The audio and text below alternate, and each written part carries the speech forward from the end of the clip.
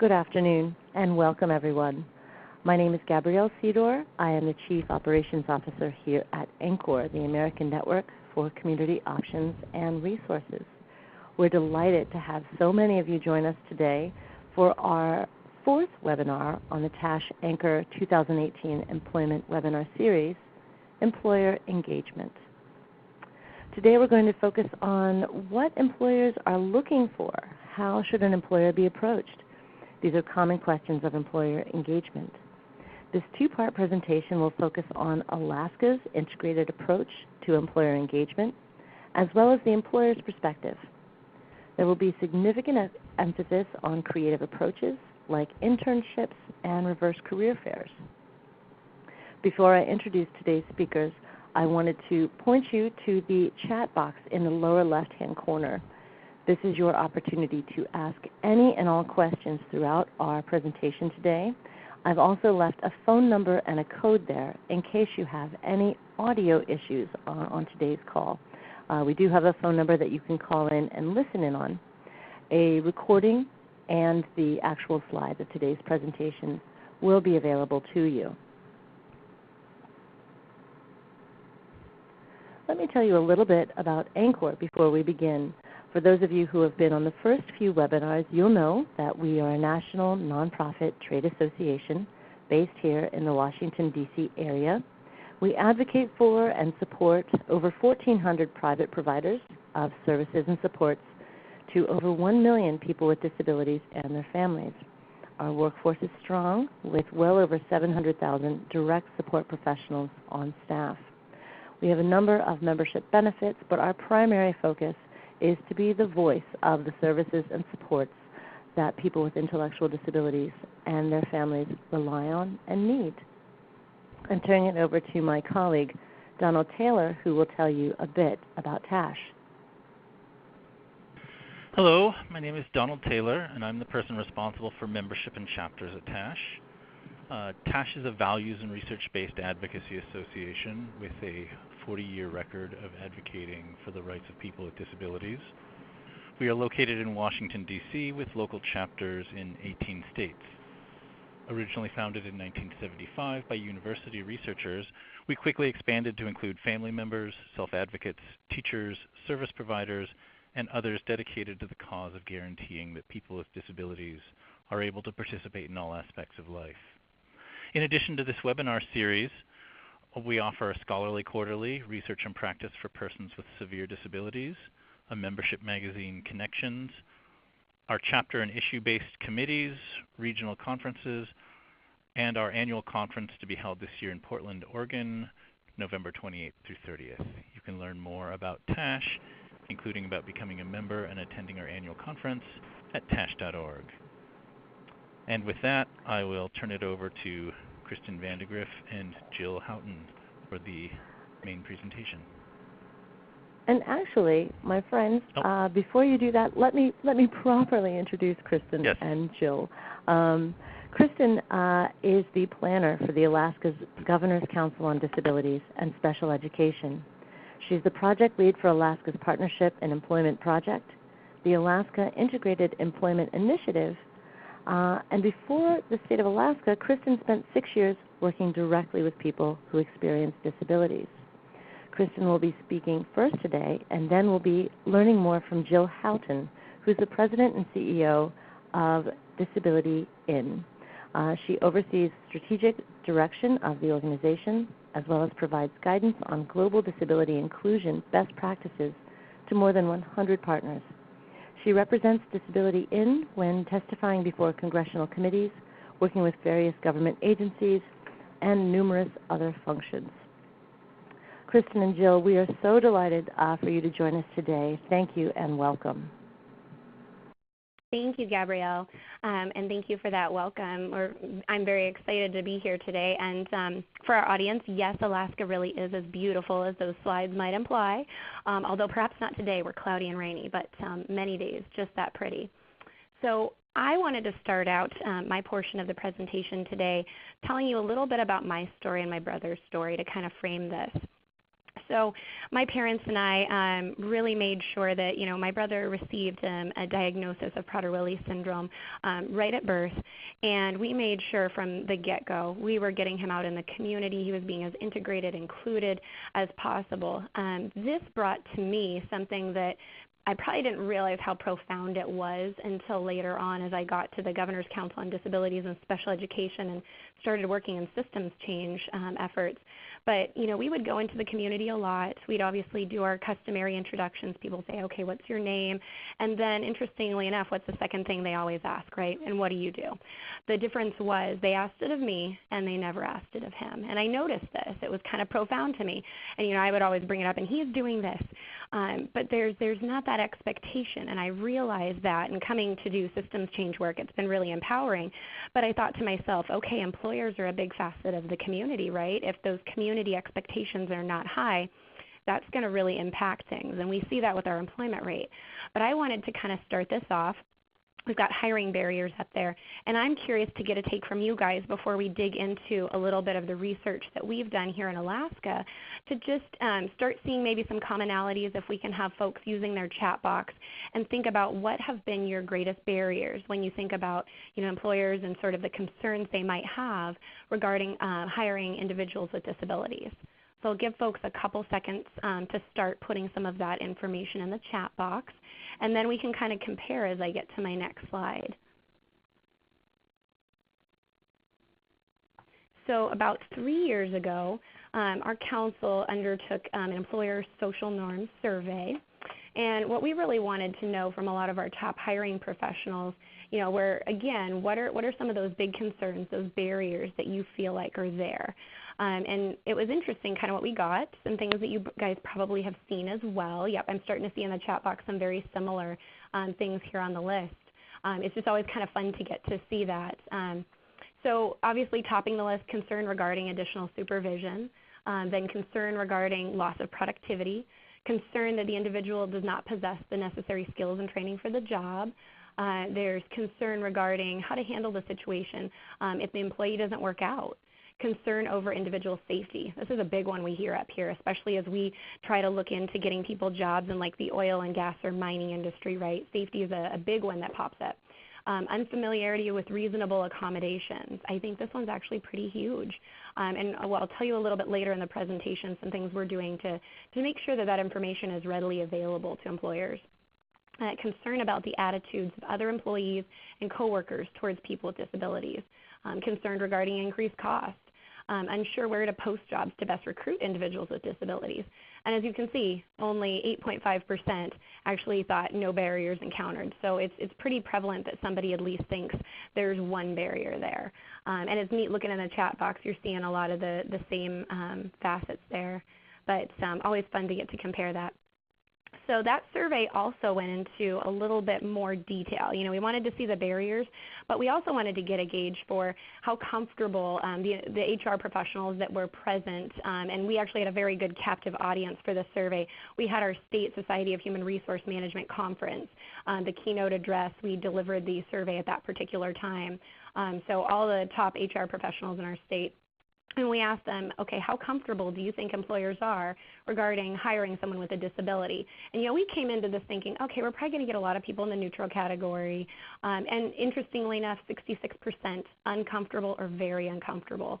And if you look to the right, the comfortable and very comfortable, it's pretty meager there. So that to us was interesting. We didn't think it was going to be quite that low. We knew there was going to be some issues, but it was interesting to see how candid folks were with this anonymous survey.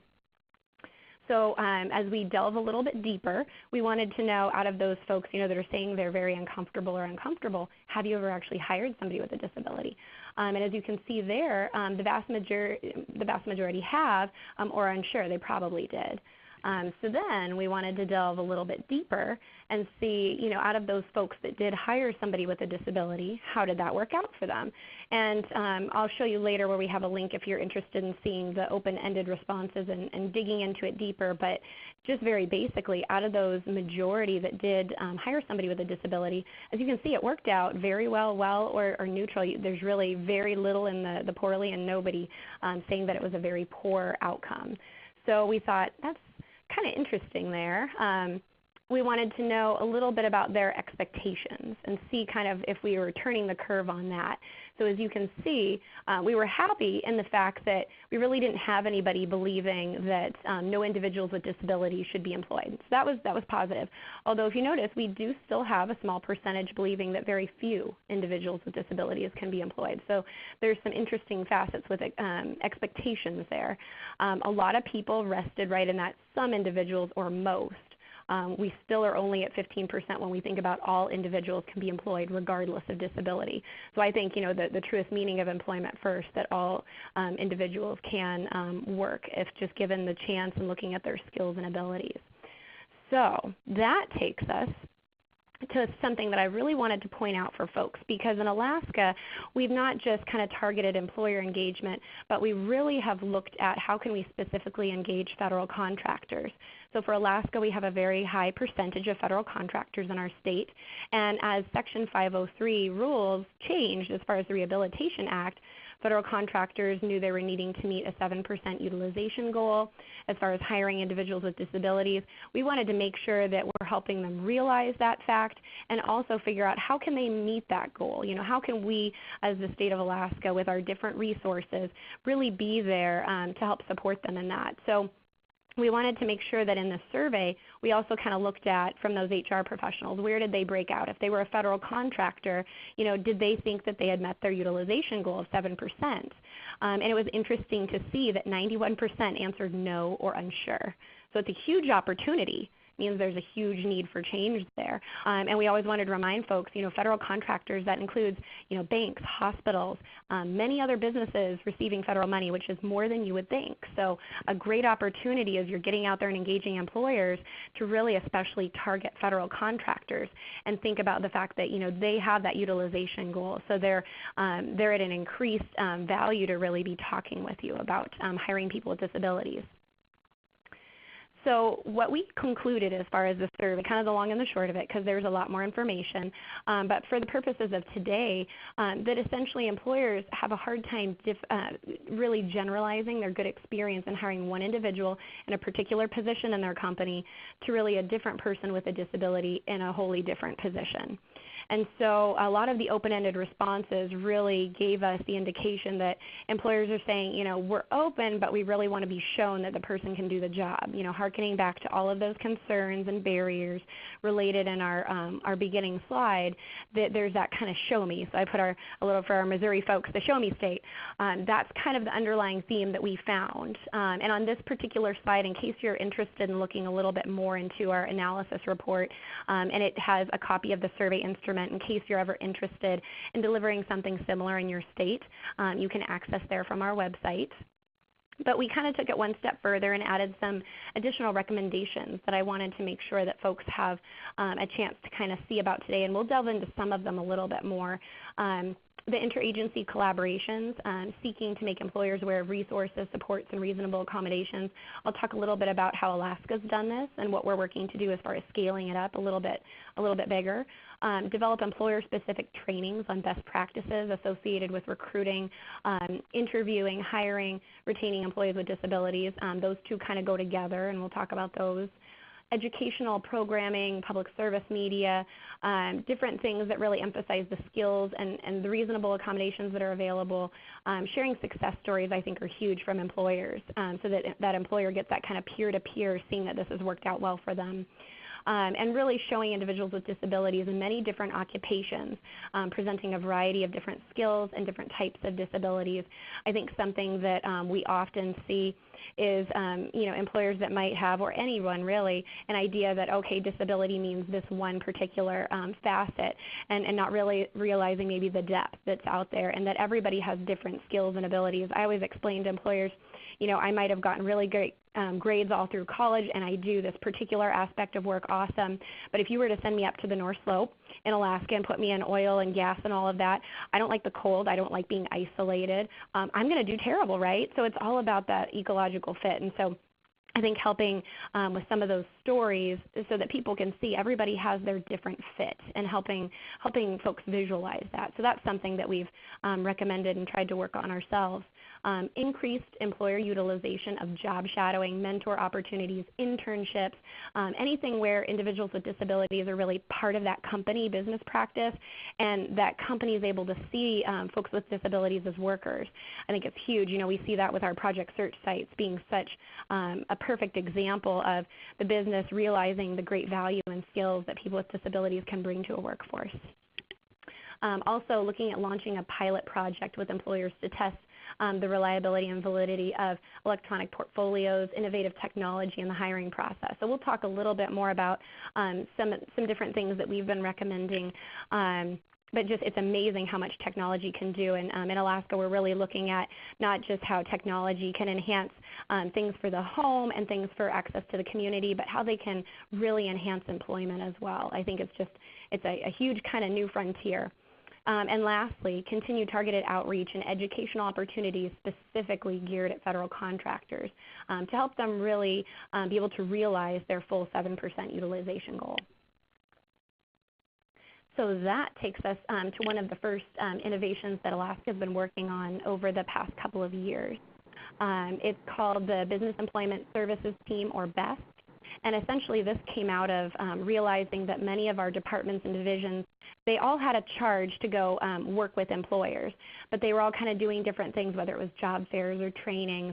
And we realized, we're especially targeting federal contractors, we needed to really be able to do something as a unified front and be able to tap into our larger networks together. And so what kind of came out of that was our departments of health and social services and labor and workforce development, so our VR agency, our WorkSource, our job center, all working together with the common mission of really meeting the workforce needs of Alaska businesses, but similarly also improving hiring outcomes for individuals with disabilities. And we often worked with a lot of our partners that also serve veterans, realizing there was a lot of crossover there.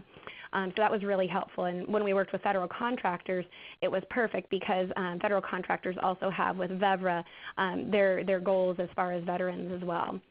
So another great opportunity.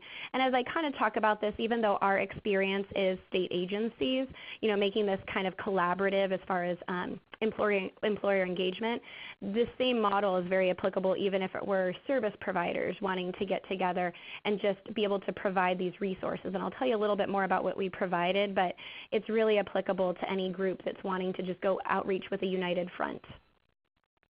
It's just a picture of our team working together at one of the conferences. I believe this was the Society of Human Resource Management, and giving out all kinds of great resources. We'll show you many of the different options out there that we've just loved that have a ton of great free stuff. So for us, with our outreach, and this is something that, again, it could be state agencies, but it could be, anybody that wants to outreach in these particular manners. We had the federal contract outreach trainings where we partnered not just as state agencies, but we worked with our Office of Federal Contract Compliance Programs, OFCCP, which is responsible for making sure that federal contractors are meeting those utilization goals. We worked with them as far as offering joint trainings that really talked about what OFCCP wanted to see from federal contractors. But what's kind of unique is we would end with a state agency networking session, which really was just essentially saying what resources are there in your state that can help you recruit and retain qualified individuals with disabilities for your open positions. So it was really nice because it was an open dialogue with employers. So it's kind of saying, here's what's expected of you, but here's how we're going to help you get there. So I think it was, for many employers, really well received and appreciated. We also do job fairs that were really specific, saying we're outreaching to federal contractors. We would identify them with a certain colored balloon so that individuals coming in knew these particular employers actually have a utilization goal. They want to hire people with disabilities and veterans. So we would try to make sure that as far as the job fairs, while they were open to everyone, we were really specific with employers that we're going to do a lot of outreach as far as our disability and our veteran communities. And so people coming into the job fairs knew that the employers that were there already had that buy-in. The last one that we did that was pretty helpful for employers was we dubbed it kind of breakfast with best, and we would have, some little snacks and things, but we would bring in a guest speaker that would, be talking about some aspect as far as hiring individuals with disabilities or retaining, and then we would end with that similar state agency networking session that I discussed. Again, letting folks know what are your resources, just to make sure that we were really engaging employers in many different topics. And a lot of times at the end we would talk with employers and say, okay, what are the things that you really feel like you would need to know? So we made sure that our content that we kept delivering was really relevant.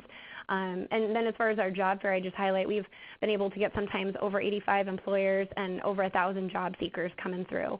And we're starting to actually be able to, with the employer surveys we delivered our job fairs, see over time how many hires are resulting from those. So it's neat from a data perspective as well. So again, just our team, Job Center, DVR staff, Department of Health and Social Services staff, just showing you a little bit of the information, in the branding as far as what we found was so helpful. Employers, they're obviously busy trying to get a lot of things done, different pushes and pulls on their time, and they said, we so appreciate that you've taken all these state resources and really put them together in regards to being able to say, I'm just going to go to BEST and ask this question, and they'll link me if I need to link with DVR or with Job Center or with any other entity. It was really helpful that they didn't have to remember which state agency they needed to go to. So with that, we tried to make sure that we really kept things very easy for employers to get those resources. I know we've covered a lot, and I want to make sure that I take kind of a pulse and see if anybody has any questions before we get too far along. Kristen, I don't know if you can see the one that's here. Can you give a few more examples of businesses needing to comply with the 503 rule? Okay, and so we picked the main core, as far as the banks and hospitals, anybody that's receiving federal money. Probably the best thing to do is to look on OFCCP. They have some information, but it's not for sure that these different entities would. Again, it's just some guidance. So I can certainly see if I can pull up. I don't have probably the most recent, so I'd want to check with OFCCP, but it's something I can check with them. And I don't know if it would work, Gabrielle and Donald, to send to you, and you could even send out to the folks that were online for this webinar. We can definitely do that. But they have some great resources. The one that I have is a little bit older, and I know they've had a staff change since then, so I'd want to make sure that we give you the most very up-to-date. But they did have a guidance document that they essentially give to employers to say you may be a federal contractor if you have these facets. And it helps them then know, okay, you should contact OFCCP and see if you are part of that. But just knowing anybody that's receiving that that federal money.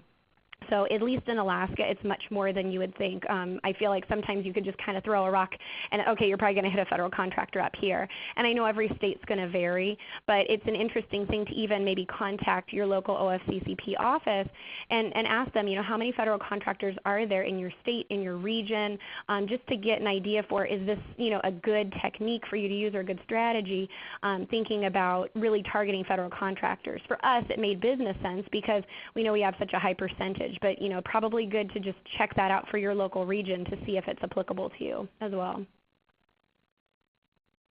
Were there any other questions just before we get going on to some of the other material? All right. So I just put these up as kind of some examples of some of the different events and trainings that we offered. This just gives you an idea of some of the joint work we did with OFCCP and the workshops and Q&A.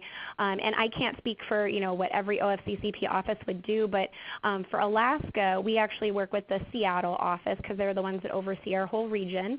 And they were awesome. We would work with them ahead of time and say, here's kind of what we want to present, what the employers are interested in. And, they would help us craft, the title and the PowerPoint content. And then what was really nice was the fact that we made our webinar so that you could actually see the OFCCP presenter. It felt like they were right there because they aren't able to travel up to our region often. And I think what was the most unique facet, they had the Q&A portion. So we would have 30 or 40 minutes of Q&A after where the employers got to ask anonymously. They would just submit little flashcards with questions written on them or things like that to one of our State of Alaska staff who would read them out. And I think for the employers, it was that time to ask a question, but not feel like they were kind of on the hook on, as far as having to put their name right there, just getting that advice that they needed. So for us, that was a really big draw as far as employers. So, and then it's nice because you get to end with talking about your resources. So, I'm not sure if it'll work the same with your OFCCP office because I've only worked with one, but always if you have a lot of federal contractors, something to think about and to look into.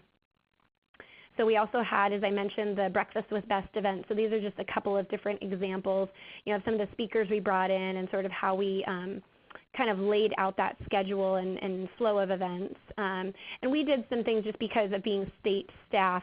We did some where we were targeting employers just in general or amongst the community, and we did some that were actually really specifically on state hiring managers to make sure that we're really walking the talk as far as state government. So that I think was really valuable as well. But again, that's just because we were state staff leading it.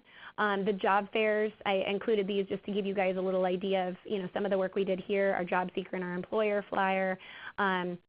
We have a separate federal contractor listserv, which I'll show you guys. For those that do feel like they want to target federal contractors, we did a whole separate listserv and really put out information that's relevant for them. This helped us draw on a really ready list as far as when we did put out those joint trainings with OFCCP.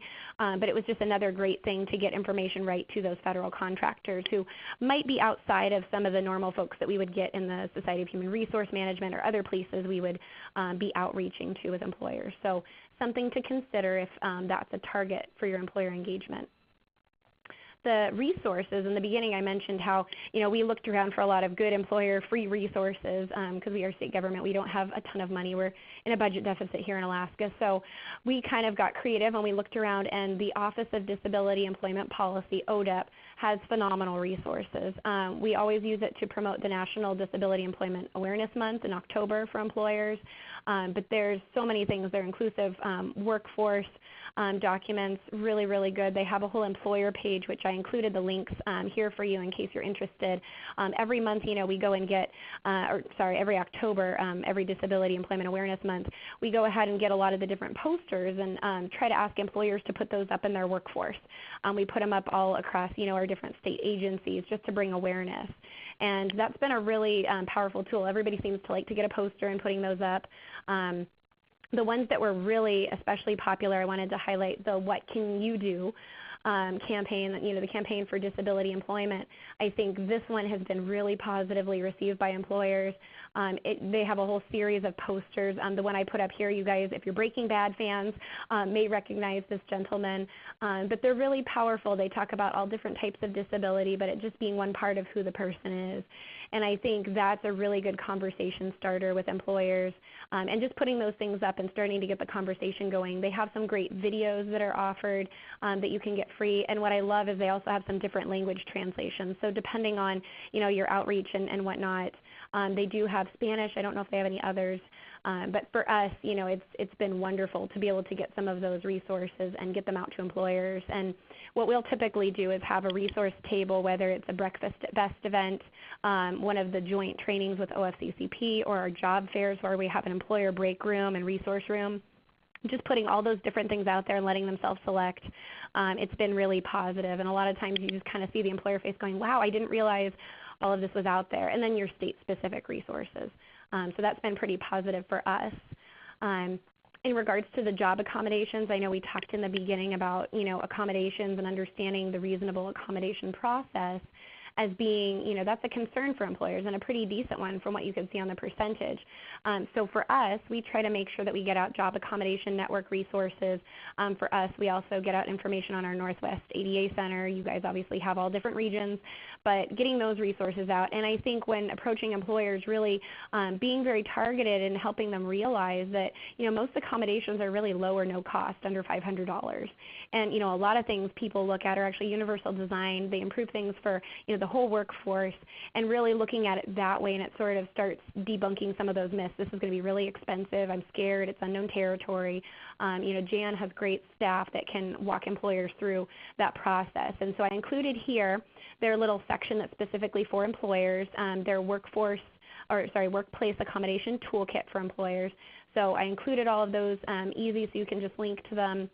But for us, we realized that both from the survey as well as just feedback we've received from our Alaska employers that there's really a desire to learn more. And so we're actually bringing up one of the co-directors of the Job Accommodation Network for our State Society of Human Resource Management Conference that's going to be in September. So Lou Orsleen is actually going to be the keynote for part of the conference, and then we usually have a resource table there, and then give out some different employer awards and just be able to show those great success stories for employers. But for us, it's been a really great partnership, and I think it's been something where we can kind of keep building on it year after year. So I talk a little bit about our collaboration here. For us, the first year we brought up Erin Riley with National Project Search, and she talked a lot about the internships and how innovative those can be and how they can really build a great workforce, be wonderful for federal contractors. Obviously, Project Search has been great in hospitals and banks all around the nation and the world now.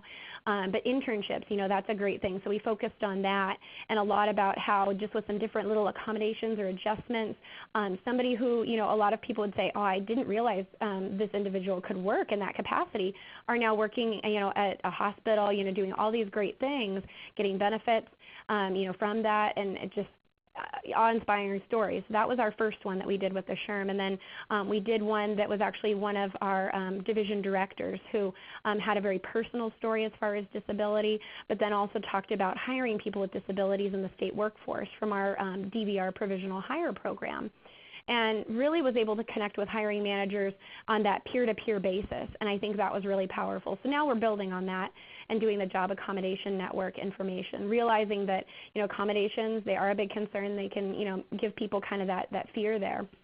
So we want to make sure we provide that. But for all of you, if you haven't been connected with your Society of Human Resource Management on a national level, they do a lot of work in regards to partnering on diversity, specifically disability type things. Locally, we've been able to work with them on their monthly lunches, either come and speak about hiring and retention, what resources are there, as well as sometimes they'll go ahead and work on just annual kind of local job fairs and different events. On the state basis, I told you about the annual conference, looking at breakout sessions. They also have those opportunities, keynotes, resource tables. They've loved our collaboration and working together year after year, and usually before we can leave the ballroom for one keynote, they're saying, okay, we want to work with you again next year. Our membership so appreciated this. So I really highly suggest seeking out your local SHRM and just seeing what opportunities might exist. So before I go into additional engagement strategies, does anybody have any questions?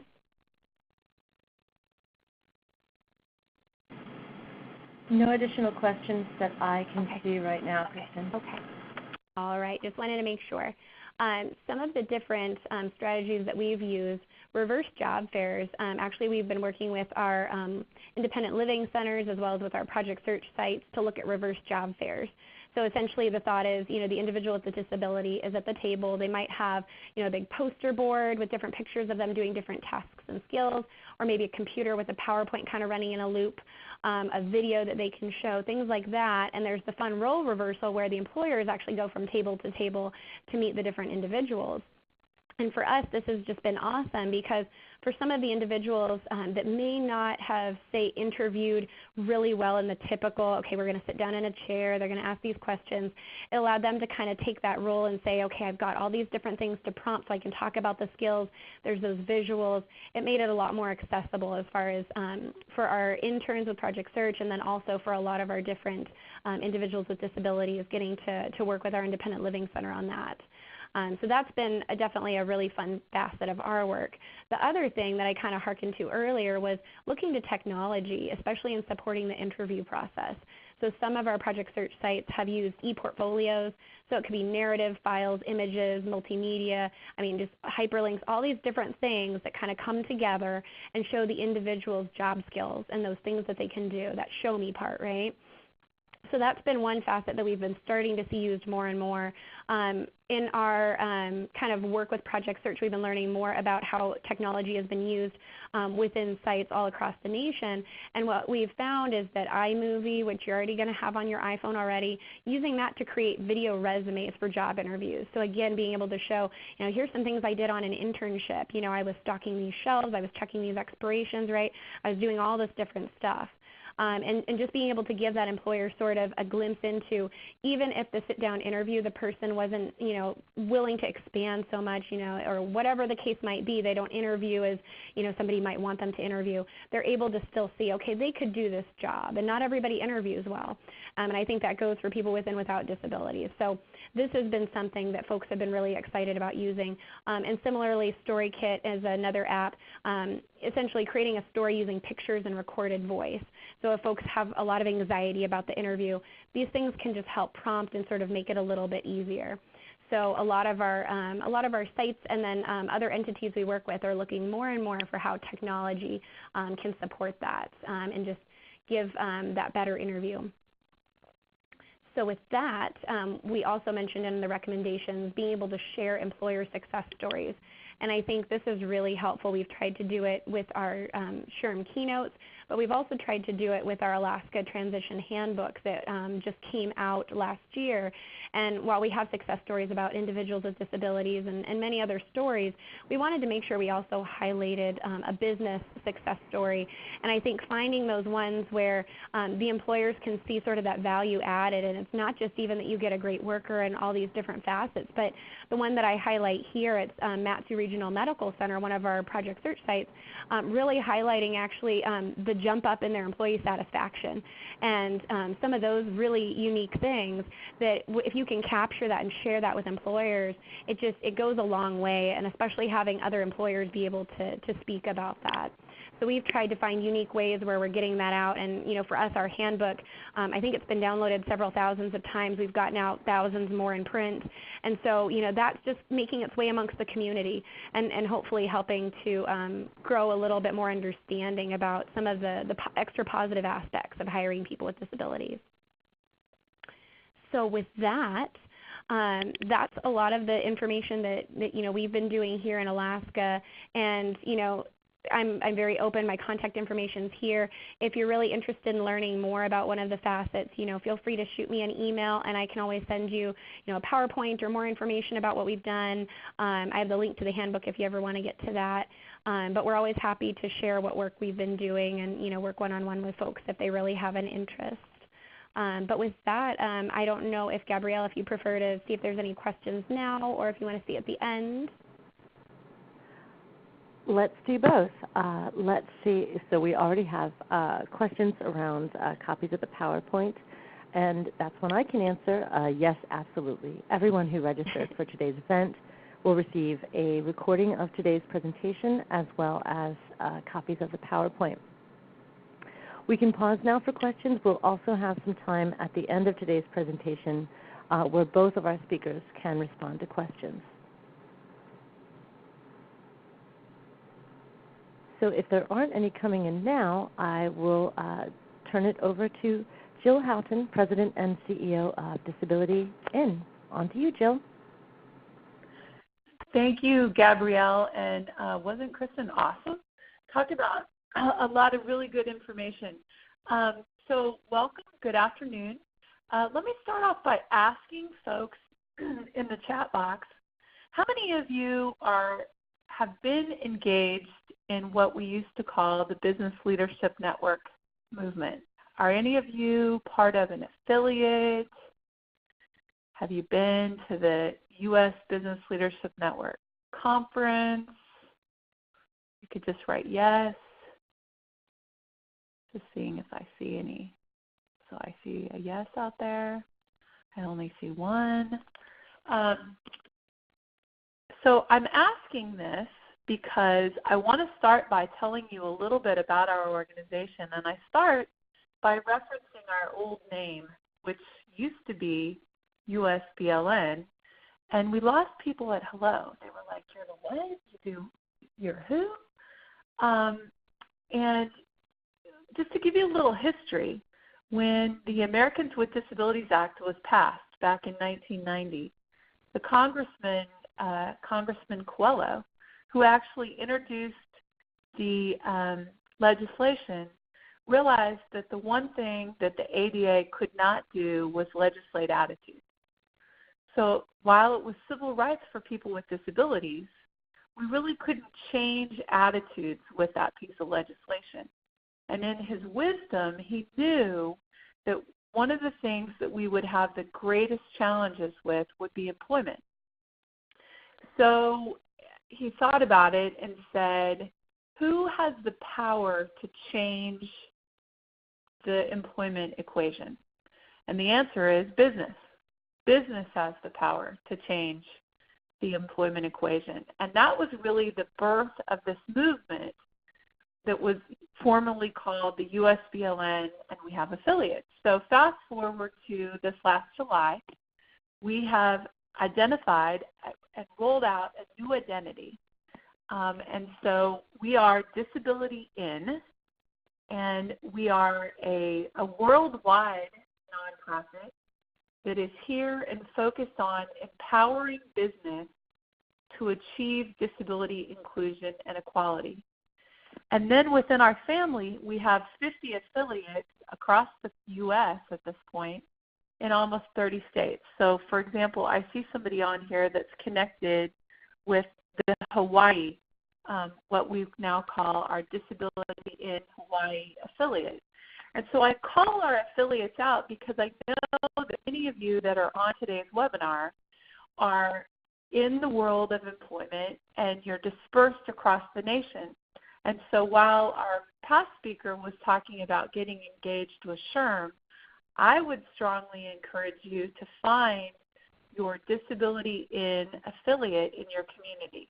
We're not in everywhere, but we're in almost 30 states, and we are the place where business comes together around disability. So you, if you work in this space, on the service side of the equation, are an important part of the equation because you're the partner that businesses need to advance their disability inclusion. I would just also tell you that we very strategically chose the name Disability In because we believe that disability is strength. We believe that disability is a competitive advantage. And we don't want to call it something else. We don't want to talk about diverse abilities, special needs. You pick the term. We want to call it disability, and we think it's an important part of who we are, and it makes a business stronger. So we wanted a brand that could convey that talent with disabilities, that businesses owned by people with disabilities, that business, that affiliates, that we are all in for disability together.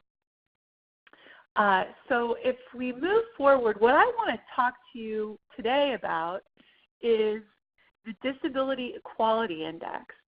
And would love to know how many of you have heard of the Disability Equality Index. If you could use the chat box and say yes, no,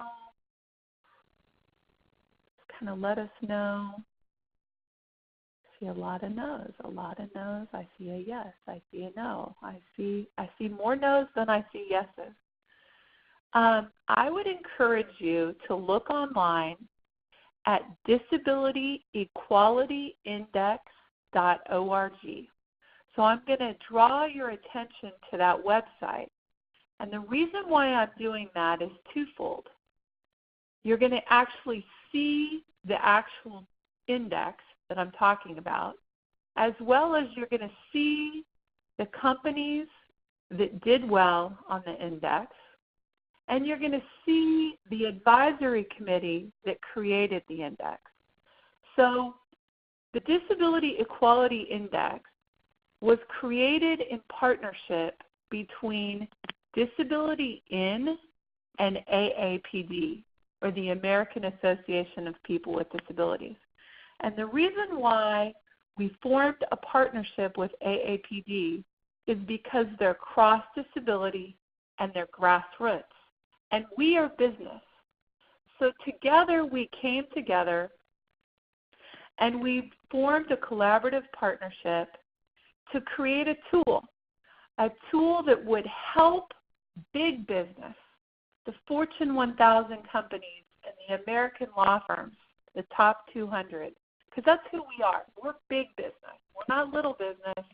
Maybe in the affiliates you're going to find small business and middle-sized businesses, but in terms of our swim lane and what we do, we work with the big companies. And so it's a tool that was designed by different people that sit in different places. Some of them sit on the corporate side of the fence. Maybe they work in diversity and inclusion. Maybe they work in marketing. Maybe they work in talent acquisition. Maybe they work in supplier diversity. So they sit on the corporate side of the fence. Now, they may also have a disability. They may be deaf. They may be blind. They may have a physical disability. They may have a cognitive disability.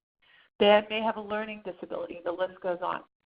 And then the committee is also comprised of leaders from the disability community. So people like Julia Bascom, the leader of the Autistic Self-Advocacy Network, or folks like Andy Imparato from AUCD.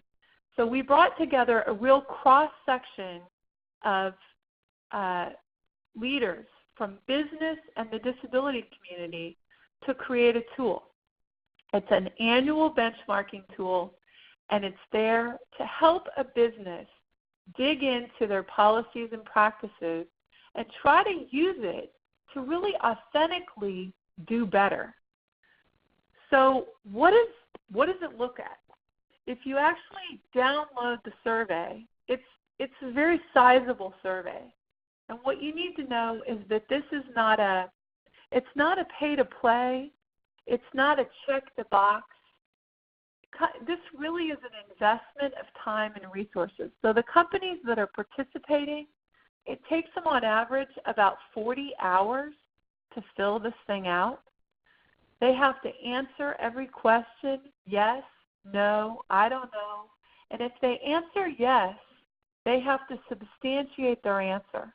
So they have to tell us, they have to answer the question. They have to demonstrate that why they could answer yes to the question. So currently, when you look at the survey online, what you're seeing is what companies are going to be responding to in 2019. Because the survey, it's an annual thing. So every year, they have to, repeat their participation. And right now, at this current time, people are registering to take it, and the survey tool opens up in January. So on the screen, you see that there are some categories. It says culture and leadership, 30 points, enterprise-wide access, 10 points, employment practices, 40 points, community engagement, 10 points, supplier diversity, 10 points, and then non-U.S. operations, non-weighted. And so the idea here is that in each of these categories, there are numerous questions, and they need to answer a certain number of questions affirmatively in order to score the points in that category. And then at the end of the survey, we recognize the companies that scored 80 points or higher. So we recognize the 80s, the 90s, and the 100s. And you see that on the site. You'll see what companies scored an 80, a 90, and 100. You'll never know who took it, who scored below an 80. But what you need to know is two things. One, anybody that takes this is really trying to do better. And two, even if they score 100, it does not mean they're perfect. What it means is that they care, that they want to do better, and that they're trying to be a top company for talent with disabilities, that they want to attract talent with disabilities, that they want to attract investors who care about companies that are including talent with disabilities, that they want to attract suppliers. They want to do business with companies that are owned by people with disabilities, that they want to, attract people's families to be their customers. So, this is a tool, again, that's designed to help companies do better. Now, these next two slides look at the categories that I've just called out, and they dig a little bit deeper. So, for example, next to culture and leadership, you see no changes. In employment practices, there's a red thing by benefits that say no changes. The reason why I call these two things out is because the Disability Equality Index, we've been through 4 cycles, and we have never officially raised the bar. In other words, we've added questions over the years, but we haven't weighted the questions differently. And in 2019, this is the first year where we're actually making some weighted changes. So in the areas where I've called out no changes, it means in those categories there were no changes. But in the other categories, there are changes. And so it means it's getting harder. So we didn't start with the bar, in the sky. The committee had to come to compromise and start with the bar lower. And then over the course of time, they'll raise the bar. But what you're going to see embedded in the Disability Equality Index, if you look at the actual questions, which again, they're on the website at disabilityequalityindex.org, because we put them out there in the public domain because we want companies to download this.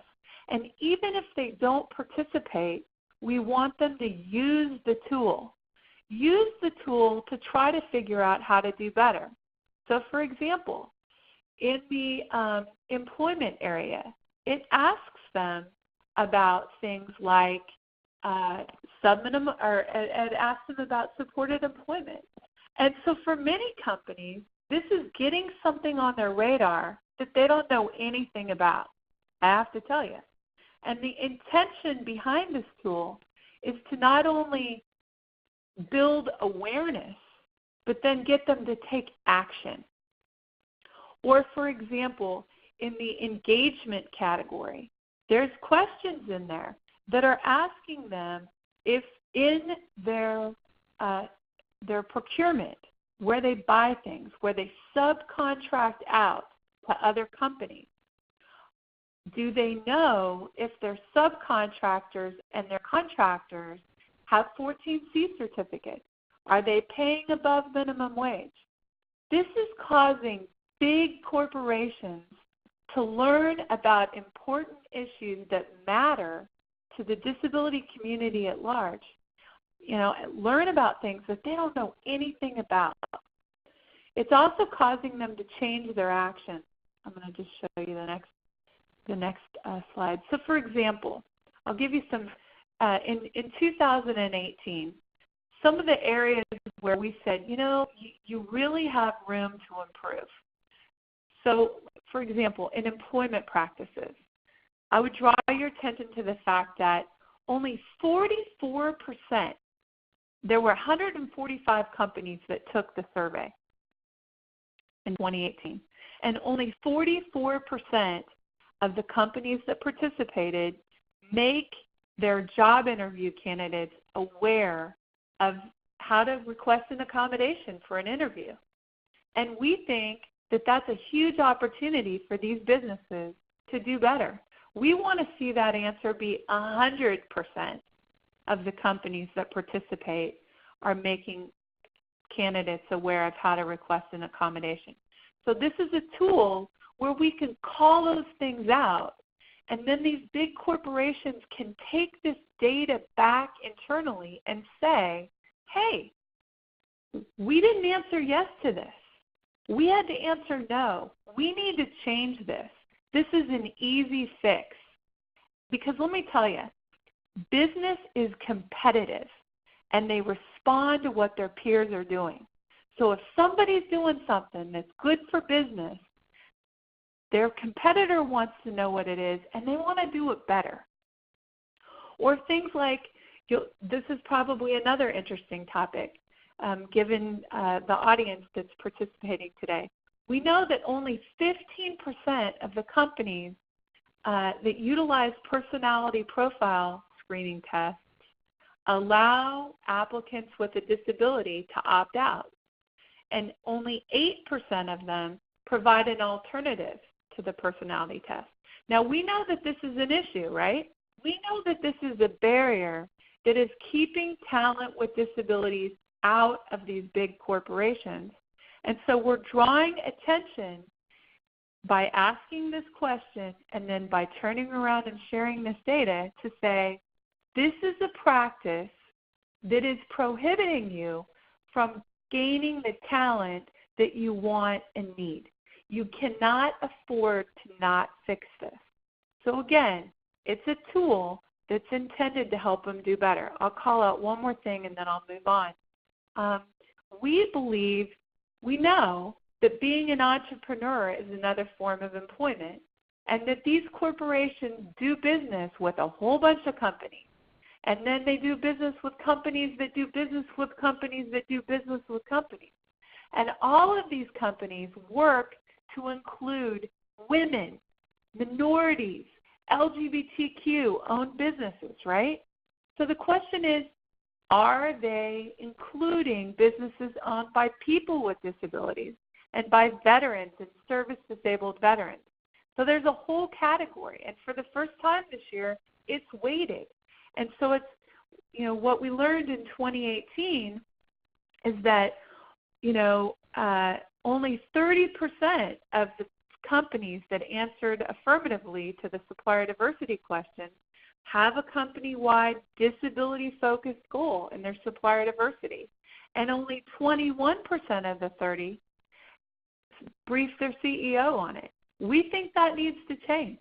We want 100% of the companies that participate in the DEI to not only include disability-owned businesses in their procurement and their supplier diversity, but to measure what they're doing and to be accountable to their CEO to brief them out on that. So again, it's a tool and it's there to help them do better. Now, how does it help you do your job better? Well, what we know in employment is that there are two customers, and you're perhaps working with the supply side of the equation, but there's also the demand side of the equation. And we know that, Peter Drucker said that the aim of marketing is to know and understand the customer so well that the product or service fits him or her and sells itself. So your job, if you're trying to reach some of these big corporations, because again, that's the swim lane that disability in swims in, if that is the market that you're trying to understand, we want you to know that the Disability Equality Index is a tool that you can use to better understand who's in, what companies are in and trying to attract talent that comes in all shapes and all sizes and all disabilities and genders and ethnicities and, et cetera. So on the slide you see for 2018 a list of the companies that scored 100%. Now again, this does not mean they're perfect, but what it does mean is that they are trying to do better. And when they participate in the Disability Equality Index, they have to create what's called cross-functional teams. So whoever's filling this thing out has got to go across this really big company, and they've got to go find people in supplier diversity. They've got to go find people in technology, find people in talent acquisition, find people in marketing, and build a team and drill down to figure out what are we doing to include people with disabilities. How can we answer these questions? And it's really interesting because sometimes, we're doing a lot of hand-holding. We're working with these companies day in and day out. And they'll come back and they'll say, gosh, I don't know who's the keeper of accessibility, of making sure that all of our mobile apps are accessible. So then, we help them brainstorm. Well, have you looked here and have you looked there and have you looked here? Because they got to get their game plan together and tie it all back. But again, these companies are in it not not because 503. They're in it because they want to be competitive. They want to attract the best, and they want to be the best. And just like they want to attract women and LGBTQ and minorities and you name it, they want disability. And so if you see a company here, for example, let's say Dell, they may be based in Texas, but we know that they have a footprint all over the place. And we know that, for example, they're launching an autism program, or, so utilize this list to better engage with companies in your community and utilize disability in. Utilize our affiliates. Get involved in our affiliates because you know better than anybody that all hiring occurs locally. It occurs locally in a local market. So if you have a disability in affiliate in your area, it is in your best interest to get engaged in that because there are people, businesses that are engaged there that are trying to figure out how do we attract, hire, grow, retain talent with all different kinds of disabilities? How do we market to all different kinds of people with disabilities? How do we attract investors that care about disability? How do we attract suppliers that are owned by people with disabilities?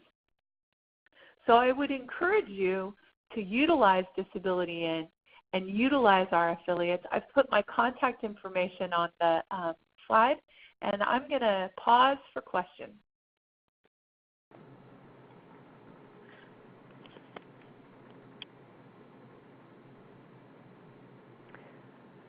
Wow, thank you very, very much, Jill. And thank you, Kristen. This is a great time to ask any questions you might have of either of our presenters.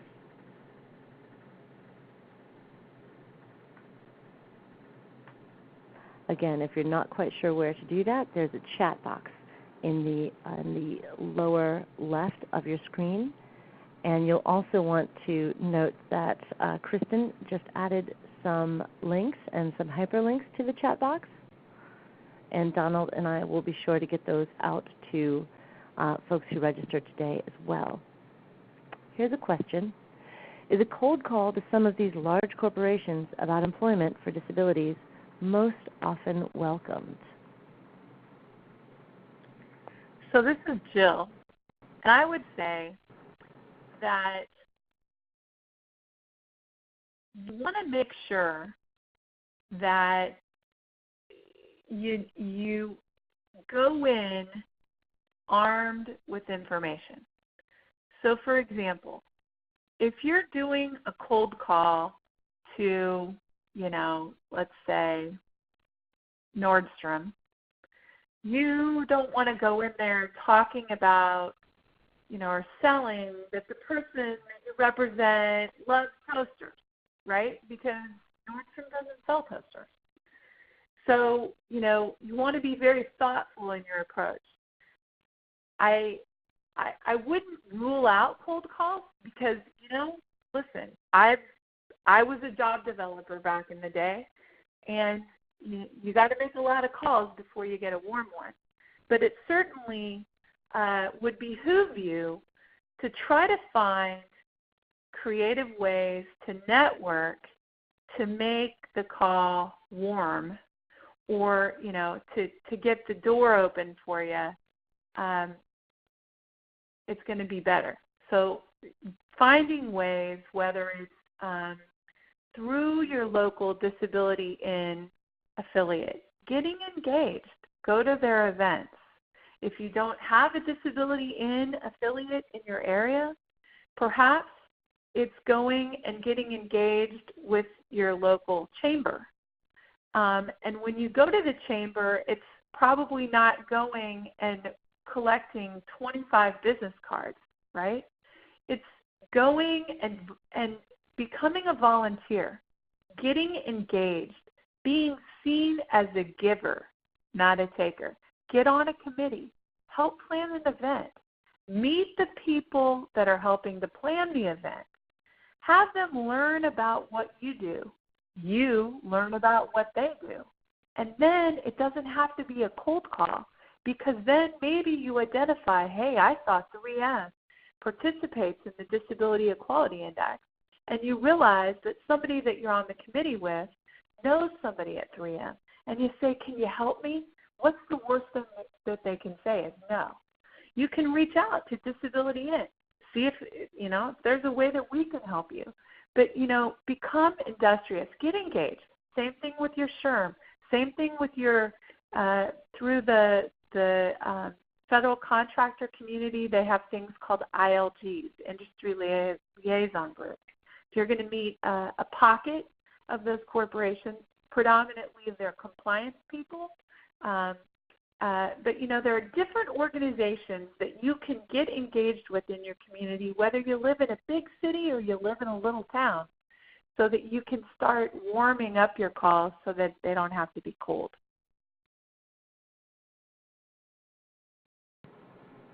I think that's great advice for any job seeker. Thank you, Jill. Any other questions from our audience today?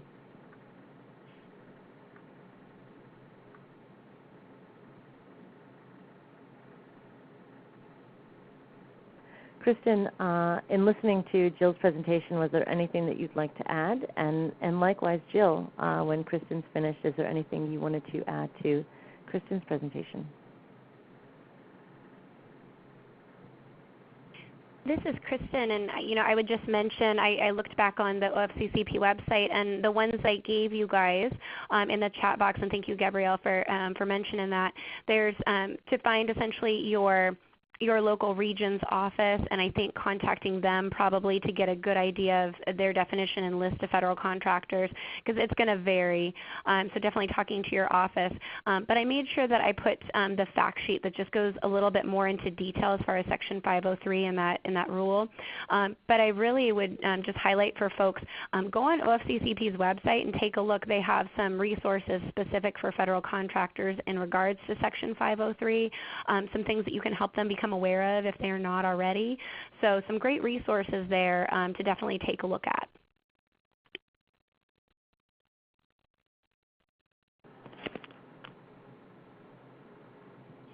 Excellent. And Thank this you. is Jill. I think the one thing that I would add, and I think that Kristen did an awesome job when she was giving the examples of portfolios and videos and et cetera. Just, knowing who you represent and knowing who you're calling on, is so, so important. Knowing and utilizing creative ways. So, for example, we have an annual conference every year. So this year, for example, next year we're July 15th through the 18th. We're in Chicago. But we were in Vegas this July, and we had over 1,500 business leaders. We also had 150 what we call next-gen leaders. So we had college students with disabilities, wide variety of disabilities, cross-disability.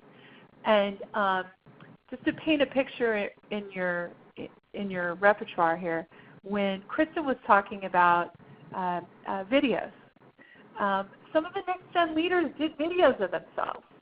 And one of these next-gen leaders from like the middle of nowhere, North Dakota, and listen, I grew up in the middle of nowhere, Kansas, so I can say that, did a video of herself, and she's deaf, and she's going to school to be an engineer, and it is her dream to work at Boeing. And in 30 seconds, she got right to the point, and she shot a little video, and she was really creative, and she sent it to our team at Disability In. And so what did we do? We sent it to Boeing. And we said, check Taylor out. And they passed it around, and they came ready to hire at our conference. We actually had 35 job offers on the spot, which is an internship offers. But Taylor was one of them. And Taylor's going to work at Boeing, which is like her dream come true. And so I do think that there is power in some utilizing some creative technology just on your phone, and maybe utilizing video and utilizing that in your approach when you're calling on business.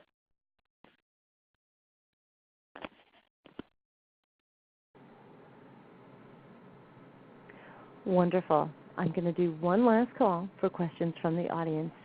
Now, you are always welcome to reach out to any of the speakers directly, or you can contact myself or Donald with any additional questions you might have on this or any of the series. I'd recommend you don't reach out to Marie Campos, our Education and Foundation Director, because she has just had a baby. So those emails will go unanswered. So reach to me, reach to Donald. Again, both of our presenters today have shared their private contact information with you as well. Folks, if there are no more questions, I'm going to go ahead and wrap up for the day, give you an additional 20 minutes back of your day. We so appreciate you joining us. Thank you for being part of the TASH Anchor webinar series. Jill and Kristen, what wonderful information you have shared with us. So again, we really appreciate you and what you've shared with us today. You will be receiving copies of today's presentation. There is captioning, so a transcript will be coming as well as the actual slides. Thank you, everyone, and have a wonderful day. Thank you. Thank you.